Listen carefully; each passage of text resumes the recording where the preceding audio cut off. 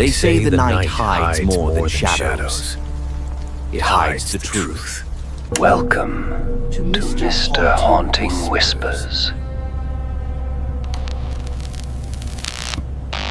where real crimes, true horrors, and restless spirits speak through the silence. Listen closely, because sometimes the whispers are real.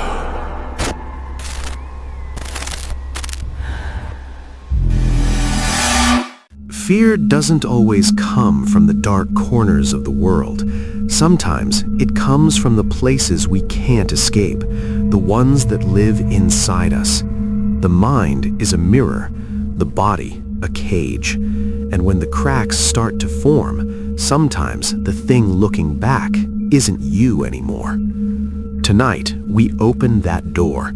6 confessions from those who heard the whisper and realized it came from within.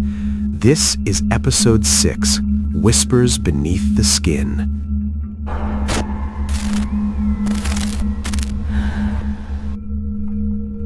I used to have a good memory. I could recall faces, dates, entire conversations word for word. I remembered the smell of rain on my old porch, the sound of my mother humming in the kitchen, the way my brother used to tap his fingers 3 times before saying anything important. Now, I barely remember what my brother looks like, and I'm scared that by tomorrow, I won't remember I even had one.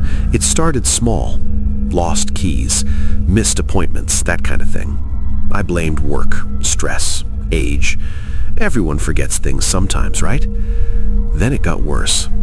I'd wake up in strange places, sitting at the dining table with my coat on, a cup of coffee gone cold in front of me. Sometimes I'd find notes in my handwriting on the counter. Don't let it feed. Lock the door when it starts whispering. If you see your reflection move first, leave. I don't remember writing them, but they were all signed with my name. The first time I heard it, it was late, sometime around 3 a.m. A soft rustling sound, like pages turning somewhere in the dark. Then, a voice. Not outside. Inside, right behind my ear. It said my name, slowly, like it was trying it out for the first time. I spun around. Nothing. Just my empty apartment. But when I looked in the mirror, I noticed something missing. There was a photo on the wall, me and my brother at the lake. Only, in the photo, I was alone. I tried to call him. Number didn't exist. Social media, gone. Old photos, memories, anything. Just me by myself.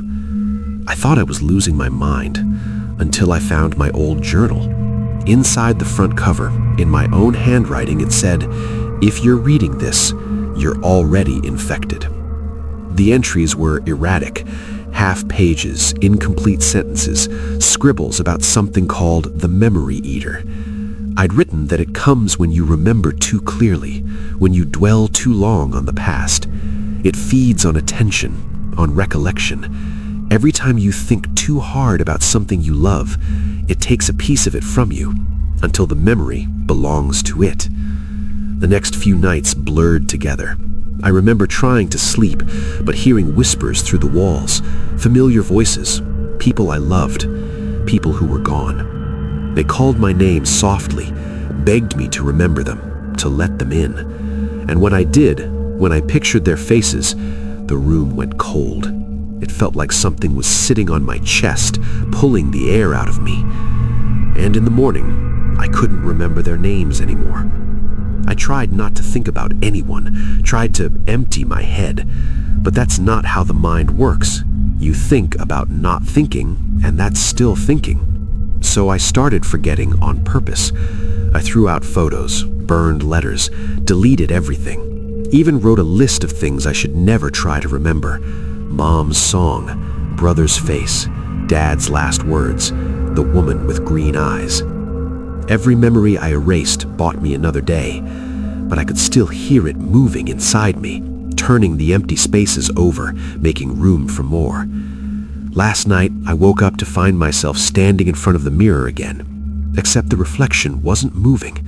It was watching. And when it finally smiled, it wasn't my face anymore. It looked like someone I almost remembered. A woman. Dark hair, green eyes, and she whispered, "You remembered me." Now I understand the notes. Don't let it feed. But it's too late. The memories are gone, and I can feel it settling in like a fog over my mind. It's quiet now, almost peaceful. The hum in my head has stopped. I think I'm forgetting what I was afraid of. And maybe that's how it wins. Because you can't fight what you don't remember.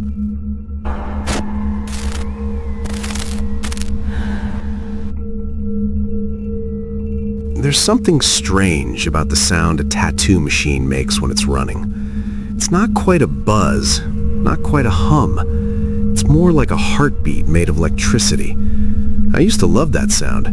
It meant focus, control, art becoming flesh. I've been a tattoo artist for 14 years. People come to me with stories carved in their minds, things they need to see to believe they survived. Names, dates, scars, symbols, the kind of pain they want to make permanent. And I was good at it.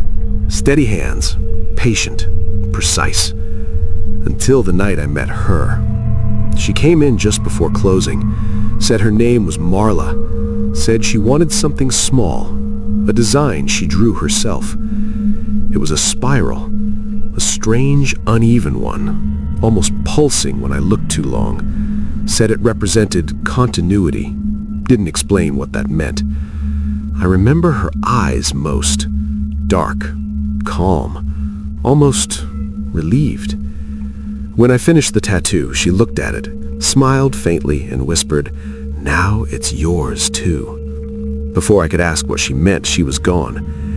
That night, I noticed my hands were still buzzing, long after I'd turned off the machine. The feeling crept up my arms like a faint vibration under the skin. I told myself it was fatigue, carpal tunnel maybe, but it didn't go away. It got worse.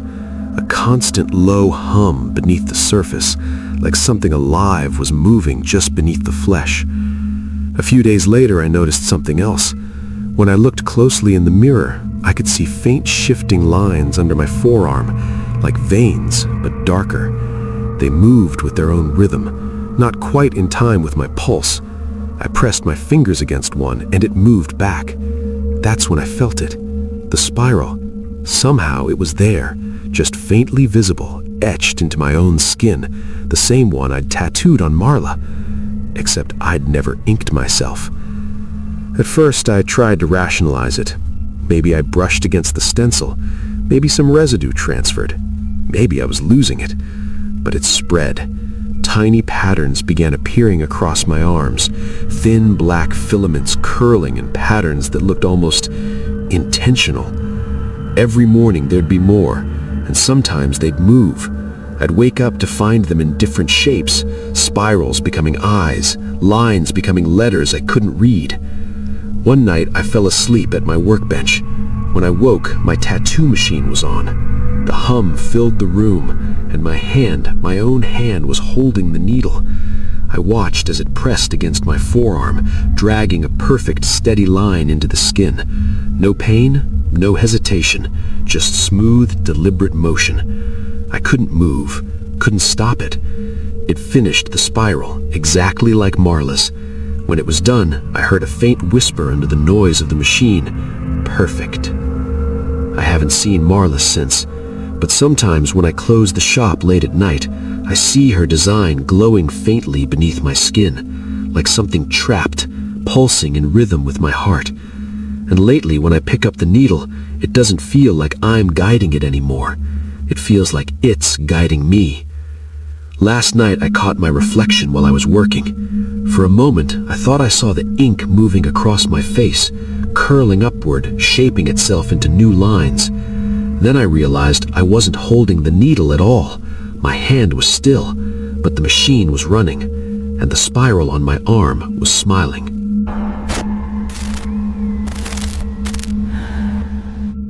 You've just listened to Mr. Haunting Whispers TV, where stories breathe in the dark and silence remembers your name. If the voices stayed with you tonight, don't worry, they always do. Some stories don't end, they just wait for someone to listen again. Until the next whisper, keep your lights dim, your mind open, and your doors locked, because in every shadow, there's always something listening. You've been listening to Mr. Haunting Whispers, where every truth leaves a scar. If the story unsettled you, good. That means you were listening. Subscribe and stay close to the dark, because the next whisper might be for you.